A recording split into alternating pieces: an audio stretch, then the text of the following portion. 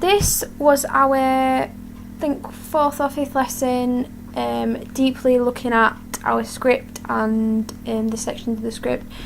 We had started putting it all together because we had to perform to an audience what we'd done so far. This was our piece. The most recent bit we devised was the fight scene. Chip helped us a lot with this bit in how to get the most physical part, which is the fight. In contrast to the other pieces, it shows the progression of how we've understood Bake Off a lot more. And some slight adaptations during the scenes, the build up to the fight scene, the fight section, and this bit beforehand, so I'll talk about that after you. Soggy chips, soggy chips, soggy chips. Here we're talking about developing this section to the audience. I think about finding new, unique ways of using the script to show to an audience what we're trying to convey as a cafe scene, trying to build these characters. So we played about with pace, we played about with tone. We wanted to keep the accent that we kept losing, but trying to work on the Cockney accent. But here is where we were trying to increase volume and the speed of the lines as well, hoping that this might give the effect of a busy atmosphere in the cafe. Peter is the centre here, the centre character. Obviously this camera's a bit blurry, so I can't really see facial expressions, but we worked on this before as him being the centre, him introducing him as the main character, how he's quite big-headed and egotistical. The character of Eddie is. So talking about how we could physicalise this later on to keep this constant throughout the whole thing. This obviously introduces him as that sort of character, and the other 3 characters revolve around him.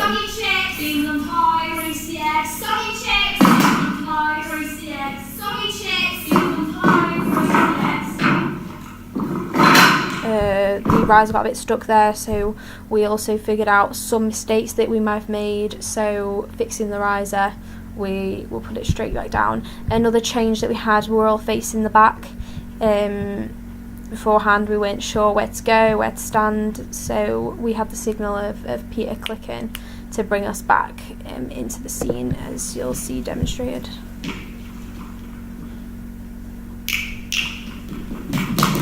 One coffee, please. A croissant. I think we started to understand as well at this point that Bake Off is all about physicalising the play and the script, using movement and sound effects and sharp staccato movements to put across to an audience what Bake Off was trying to show when he was writing the play, his thoughts and feelings.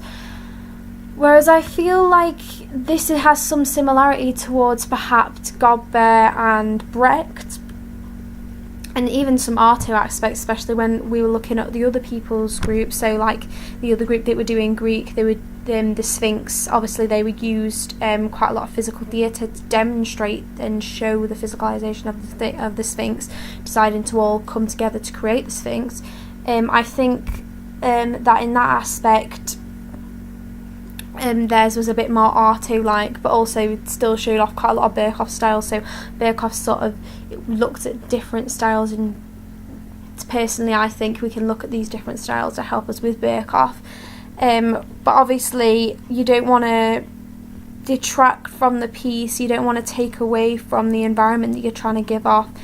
Even though it's quite an abstract practitioner, the piece itself still has to be flow and still show the interaction and the difference between the snapping in and out of character. Right, cream. Please, where is the butter so I may spread it lavishly and feel its oily surfaces cover the edges of the croissant? Ain't got none. There's a flake on. So obviously we developed all these pieces Then previously. why send me butter if you ain't got any croissants? I'll get something else. I'll have a cheesecake, please. What's it like? So all of this bit we've developed already. That's just things of 100 virgins who've been whipped Don't burn the Ganges of the balls!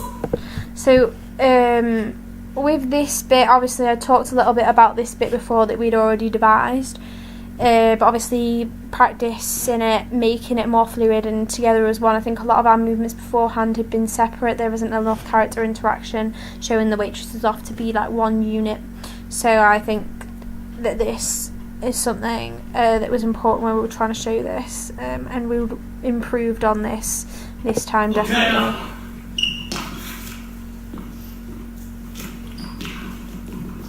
I've finished the coffee now. It'll wear out any liquid to wash the cake down with. Do you want another coffee? Not want, but must. Not must, but have to. Okay. But bring it before I finish the cheesecake. Okay. So he came all over your dress? Yeah. Dirty bastard. It was all thick and stringy. It took ages to get up. He was stopping me like a madman when you walked in. No. So this bit that we'd rehearsed before, so I might skip ahead to the part. Warning. Stick. Thick up. Quiet. What's the biggest you've ever had? 10 inches? No. Yeah. It was all thick and gnarled like oak with a great big knob on the end. Yeah. And when it came, it shot out so much I could walk into the dining room. Where's my fucking coffee? I'm nearly finished. So this was the new part that we started looking at, how to move from the position we're in into a fight position that they can easily use and manoeuvre around. This transition wanted to look for it to look natural, noticeable, because Berkoff made sure that every single movement that took place on stage, similar to sort of Brecht in a way, had a meaning behind it. That's why we chose a minimalist set, because everything had a use. Obviously there's a lot to do with mime and gestural stuff, so we didn't need props. So in that sense, doing these transition, I moved the chair behind Peter, so the focus is on Peter as he's moving forwards, but it's still clear that the set is being changed. At this particular moment in time will be lost. I'll be drinking hot coffee. And obviously they're moving the riser backwards. I think that in contrast, when looking back at this, and in contrast to the other pieces that other people had done, the pace changed a lot more. There were times when the movement was slow of the main character and slow of the other characters, and then quick. And I think that this would have helped with our transitions being more fluid and even more exciting, sort of similar to what we'd seen with the other people's pieces that was criticised well. So obviously we could have used that as well, maybe move the riser back slowly but the chair back quickly to show contrast, to show this change in, and the high energy levels obviously would be an effect of that, and that's another thing that Berkoff was keen on. But with nothing to wash it down with! Peter's character is slowly getting more angry, Eddie's getting more angry, and I think that this works well because his character is becoming more frustrated. Obviously Berkoff's all about exaggeration, so the idea that only because he didn't have his coffee he was getting cold, and then the waitresses were being incompetent, he was getting really frustrated by that because it's all physically shown. He's showing this over exaggeration of anger. I think this is good. Definitely shows off the style a lot more, but I think that in sometimes Peter might lose the character of Eddie, the same one that we created at the beginning. I think it's obvious to the audience that he is the same character, but it becomes slightly less believable in who he is. They lose the character motivations. Obviously with Berkoff it's not all about the super objective and motivations, but you sort of want to understand why Eddie is like that more, and you don't really get to the bottom of that. Peach coffee. Sorry, I forgot you. About fucking time! Shut your mouth, you complaining and you go crashing! So this part was developing into the fight. I thought that worked well. That would have worked well if we'd managed to say it all together.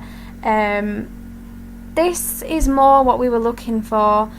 The feeling of the words. They were kept saying that the feeling of the words opposed to acting out the feeling of the words. Just do what feels right. And I think that this fight scene, the interaction between the manager, especially when Leah turns into the manager, and I'll talk through it as it happens, but the physicalization works a lot better in the feeling of the words rather than just doing a for coffee. Oh, come in your eyeballs! You push my place along the game, babe!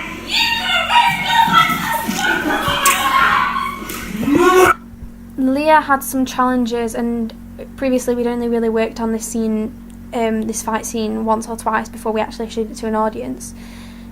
Distinguishing between her female waitress role and the manager.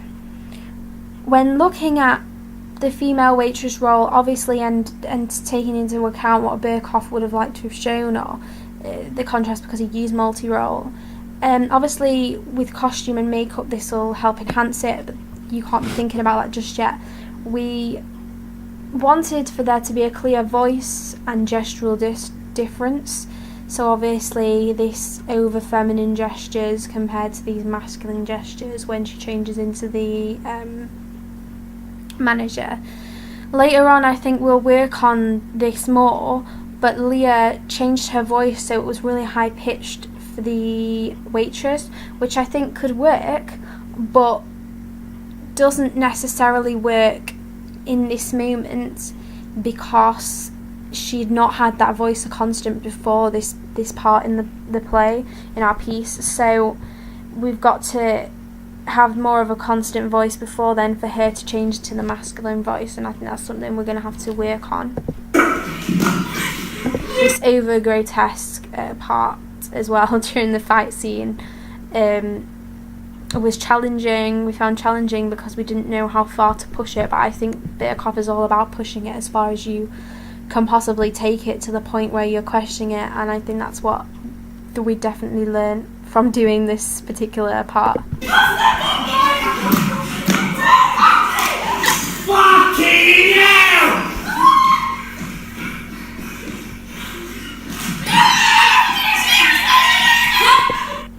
So here you could tell from her voice that she's a different person, but it's quite hard to follow if you don't really know the script like we do.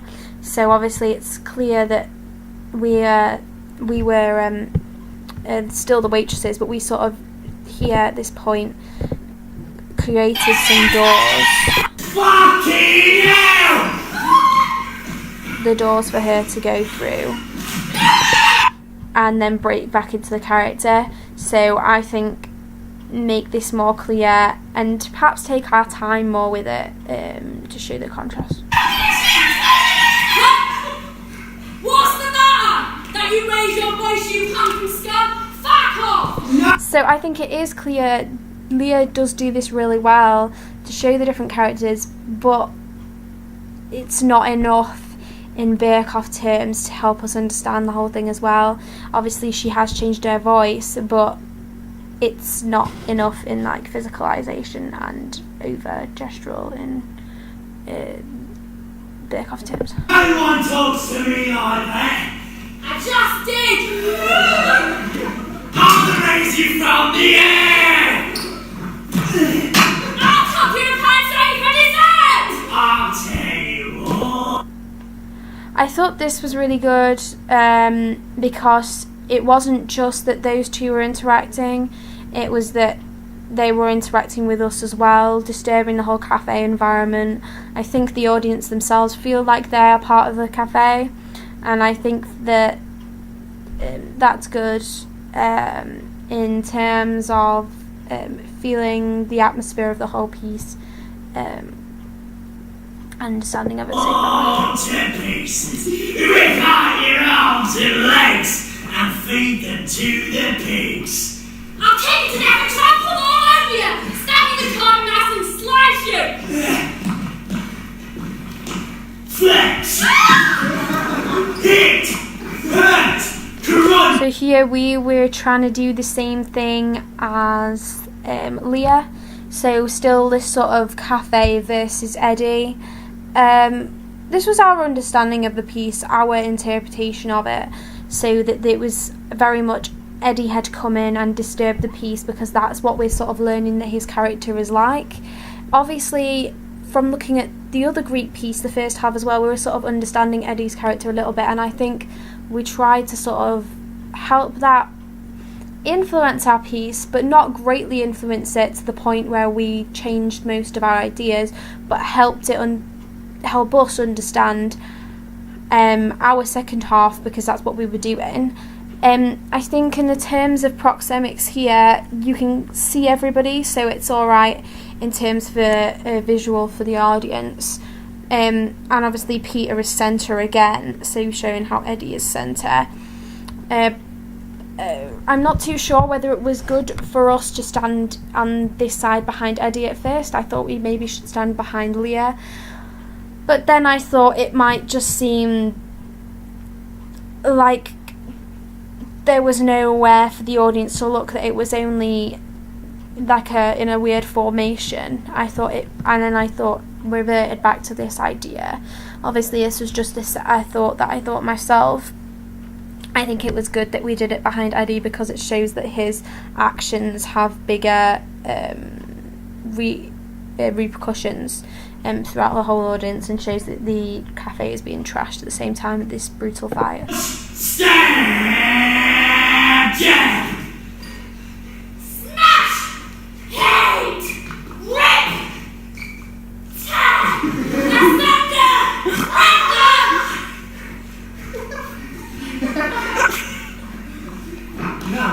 It was a moment where we all just stopped and breathed there. That wasn't an intentional thing, but I think later on when discussing after we'd done this piece, we'd come together as a group and discussed it. I think we thought about moments of pause here, because I had already talked about pace is a major issue in our piece, and I think because our gestures are good, and you can't really see our facial expressions, but I do think that we do tend to do those quite well. We could have looked more at slowing these bits down, and I think we talked about making sure that we had moments of silence and stillness, especially in this high energy fight, and contrast to afterwards when I had my monologue. Jagged glass gouge out! Break! Head! Split! Fist! Splatter! Splosh and crush! Explode! So here it feels really detached between me and Hannah and Peter and Leah. There are obviously the main attention being drawn here because that's where most of the physicalization is.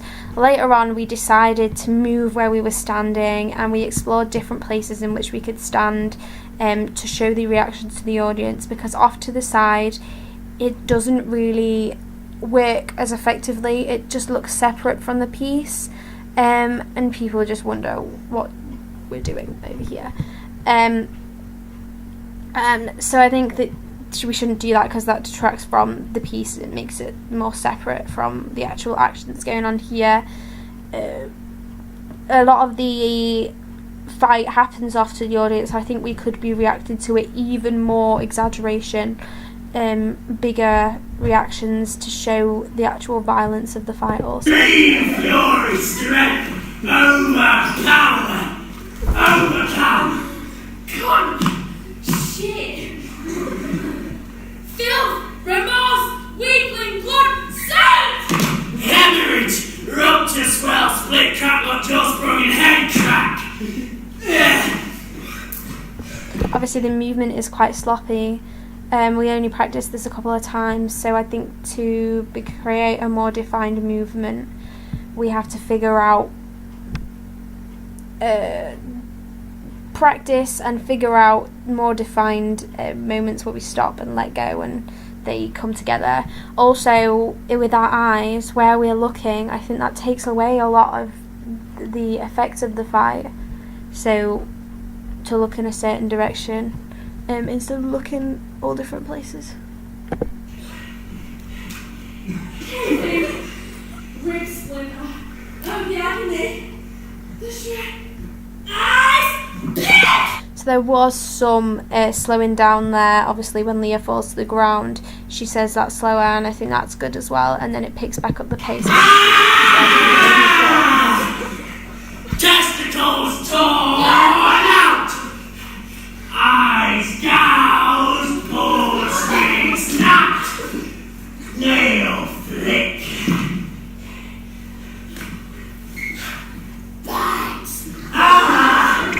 At this point, we weren't sure what we were doing, and I think that's clear to the audience, so we definitely need to figure out something to do during this bit.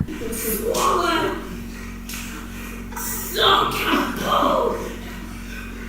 More smash! More power! Weaker and weaker. Stronger and stronger! Weak. Power! Dying. Victor! We thought this was a nice physical image, obviously not the moment, but when Leah is dead as the manager, leaning backwards, Peter like this, the whole image itself I thought worked really well. Was a nice final image to end the fight.